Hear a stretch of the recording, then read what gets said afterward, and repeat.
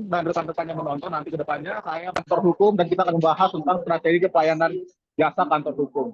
Meskipun pernah Pak Hufron singgung dalam kelas bahwa pengacara atau advokat atau jasa hukum adalah profesi yang terhormat dan tidak mengedepankan nilai konvensional, tapi tentu ini adalah bisnis dan bisnis membutuhkan marketing yang baik dan tentunya marketing yang tepat. Sebelumnya, perkenalkan, saya Martin.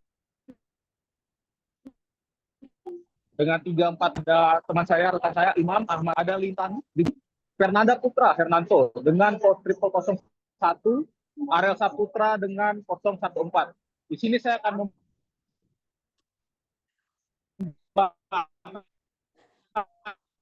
tentang latar belakang dari pembahasan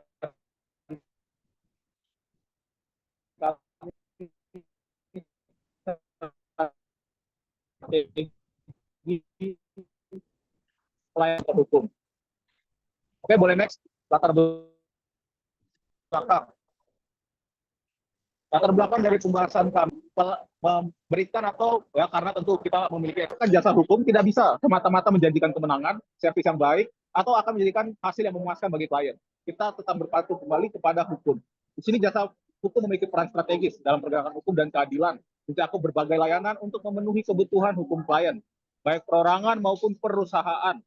Selain memberikan nasihat, pendampingan, jasa hukum juga terikat pada kode etik profesi yang menuntut tanggung jawab moral dan profesional untuk melindungi hak-hak klien.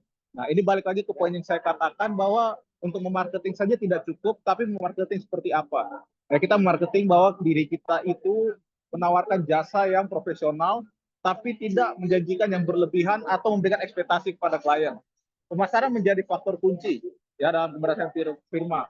Dalam pertemuan terakhir, Dr. Hufron juga sempat mengatakan bahwa tentu untuk memberikan layanan itu bukan semata-mata hanya di media sosial, tapi ini poin yang baik bahwa kita harus memberikan pelayanan yang pribadi, secara orang-orangan ya. Kita sendiri menjadi pribadi yang good listener, juga menjadi pribadi yang hangat, dan pribadi yang memberikan servis tanpa membeda-bedakan.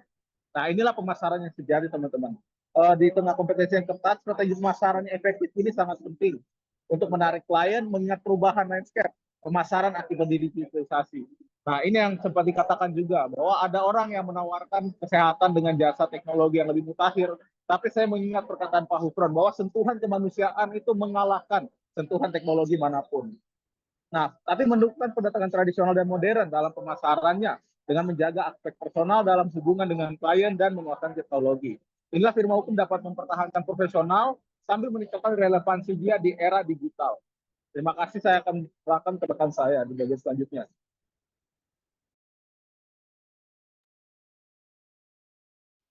Next.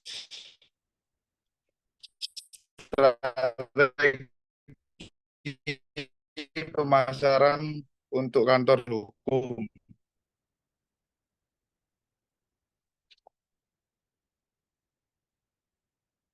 Bagi kantor hukum di era modern, berfungsi sebagai etalase online untuk menampilkan layanan, keahlian, dan portofolio. Website yang baik harus menarik, mudah dinavigasi, dan informatif dengan fitur testimonial klien dan konten edukatif untuk membangun kepercayaan. Optimalisasi SEO sangat penting agar website dapat ditemukan oleh calon klien. Proses ini melibatkan pemilihan kata kunci yang tepat dan pembuatan konten berkualitas sehingga meningkatkan visibilitas online dan menargetkan audiens yang membutuhkan layanan hukum. Media sosial juga sangat penting seperti LinkedIn, Instagram juga berperan sangat penting dalam membangun citra profesional melalui platform ini. Kantor hukum dapat berinteraksi dengan audiens lebih luas, membagikan konten edukatif, dan memperkenalkan tim mereka. Menggunakan media sosial yang konsisten, membantu meningkatkan engagement dan reputasi sebagai penyediaan layanan hukum yang terpercaya. Next slide.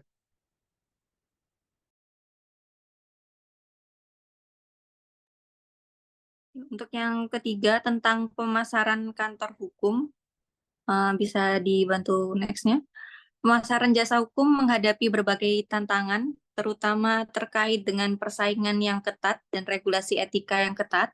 Kode etik Profesi hukum mengatur pemasaran untuk melindungi kepercayaan publik dan menjaga integritas, melarang iklan berlebihan, iklim tidak berdasar, dan janji yang tidak realistis. Salah satu tantangan utama adalah membedakan promosi etis dari pemasaran agresif yang dapat merusak reputasi firma hukum.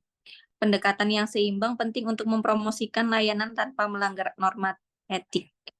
Di era digital membawa kompleksitas baru dalam pemasaran, terutama terkait dengan perubahan algoritma platform digital seperti Google dan media sosial.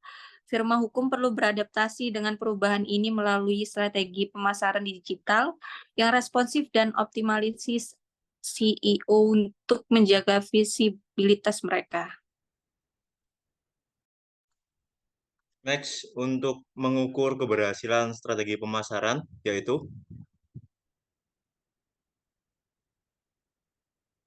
mengukur kinerja pemasaran kantor hukum penting untuk menilai keberhasilan strategi yang diterapkan dan efisiensi penggunaan sumber daya. Beberapa metrik yang digunakan untuk mengevaluasi keberhasilan kampanye pemasaran meliputi 1. Metrik kinerja pemasaran, yaitu mengukur efektivitas berbagai upaya pemasaran dengan melacak data dan hasil spesifik untuk penyesuaian strategi. Lalu yang kedua, mengenai tingkat konversi klien dari iklan digital. Presentasi pengunjung yang berinteraksi dengan iklan digital dan menjadi klien. Memberikan wawasan tentang efektivitas iklan dalam menarik audiens yang tepat. Lalu yang ketiga, tingkat interaksi di media sosial. Mengukur komentar, like, share, dan pesan langsung untuk menilai seberapa baik konten menarik perhatian dan keterlibatan audiens. Lalu yang keempat, mengenai jumlah kunjungan ke website. Meningkatkan lintas website menunjukkan efektivitas SEO dan konten online. Analisis tidak hanya mencakup jumlah pengunjung, tetapi juga durasi kunjungan dan interaksi dengan layanan.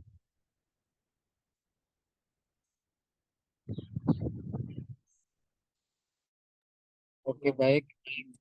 Terkait kesimpulan, penjelasan dari rekan-rekan saya bisa saya simpulkan bahwa strategi pemasaran yang efektif untuk kantor hukum perlu menggabungkan pendekatan digital dan tradisional sambil mematuhi regulasi etika dan mengikuti tren pasar.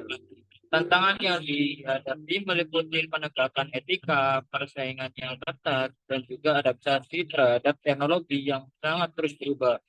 Mengukur efektivitas pemasaran yang sangat penting untuk keberlanjutan. Namun sentuhan kemanusiaan, pelayanan yang tulus dan empatik adalah kunci kesuksesan. Kualitas hubungan pribadi antara penyedia jasa hukum dan klien tetap menjadi faktor yang tidak tergantikan meskipun ada inovasi dalam pemasaran. Terima kasih.